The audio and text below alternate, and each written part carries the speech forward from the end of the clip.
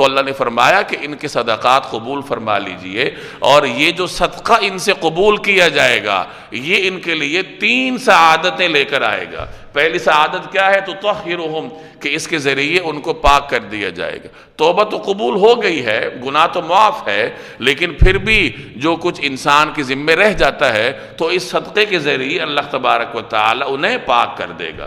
وَتُزَكِّيهِمْ، اور یہ صدقہ زکوٰۃ ان کے لیے باعث برکت بنے گی، تزکیہ کا باعث بنے گی۔ اور ایک بہت بڑی سعادت کہ نبی کریم صلی اللہ علیہ وسلم ان کے لیے دعا بھی فرمائیں گے۔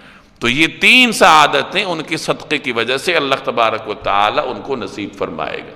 اس سے معلوم ہوا کہ جب آدمی زکوٰۃ دیتا ہے، اللہ کے راستے میں خرچ کرتا ہے، تو یہ اللہ کے راستے میں خرچ کرنا اس کے لیے 2 سعادتوں کا سبب بنتا ہے۔ ایک سعادت کیا ہے کہ یہ جو مال صدقہ کر رہا ہے یہ مال اس کو گناہوں سے پاک کرے گا، اور دوسری سعادت کیا ہے کہ یہ مال اس کے دل کا تزکیہ بھی کرے گا، اس کے اندر روحانی طور پر پاکی پیدا کرے گا اور وہ دین کی طرف مائل ہوگا۔ گویا کہ زکوٰۃ، صدقات ایک تو آپ کو گناہوں سے پاک کرتی ہیں، اور دوسرے نمبر پر دین کی طرف آپ کا میلان بھی بناتی ہیں، آپ کو دین کی طرف مائل بھی کرتی ہیں۔ لہٰذا اللہ کے راستے میں خوش دلی سے خرچ کرنا چاہیے۔